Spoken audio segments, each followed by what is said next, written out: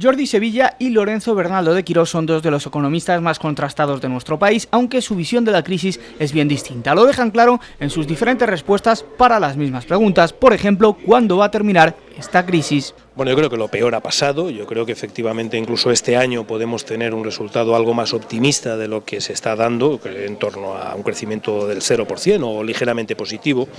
Pero si por el final de la crisis entendemos la creación neta de empleo, yo creo que todavía va a estar lejana. Yo creo que va a ser difícil que antes de mediados del 2012 veamos creación neta de empleo de manera sostenible, lo cual no quiere decir que no haya un trimestre bueno seguido de uno malo, ¿no?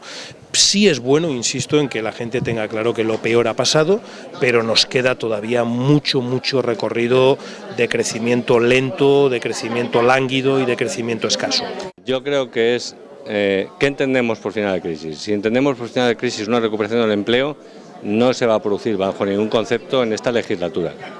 Entonces yo creo que esta crisis, desgraciadamente, nos puede durar un larguísimo periodo.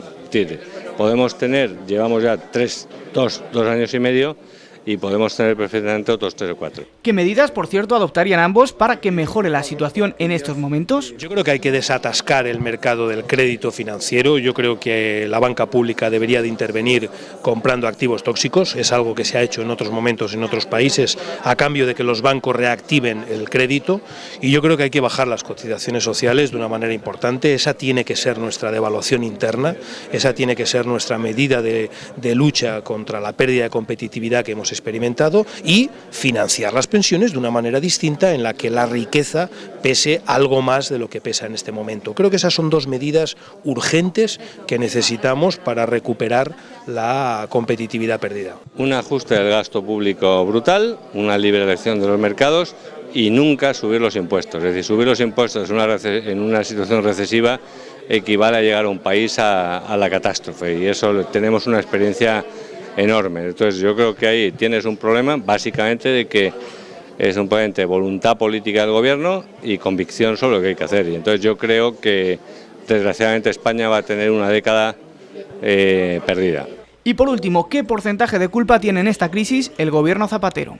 Yo creo que la crisis viene en gran medida de lo que hemos hecho antes, ¿no? Es decir, del modelo de crecimiento anterior, que ahora nos hemos dado cuenta que era todo a crédito, y de una crisis internacional que tiene un efecto amplificado en la economía española. Dicho eso, yo creo que se perdió tiempo reconociendo la gravedad de la crisis, y creo que se perdió tiempo antes de que se diera cuenta el gobierno que las reformas estructurales eran mucho más importantes y más necesarias que la proliferación de medidas que se adoptaron, hasta más de 150, muchas de las cuales en este momento yo mismo no me acuerdo, ¿no? Un ajuste del gasto público brutal, una liberalización de los mercados y nunca subir los impuestos. Es decir, subir los impuestos en una situación recesiva equivale a llegar a un país a la catástrofe, y eso tenemos una experiencia enorme. Entonces yo creo que ahí tienes un problema básicamente de que es un problema de voluntad política del gobierno y convicción sobre lo que hay que hacer, y entonces yo creo que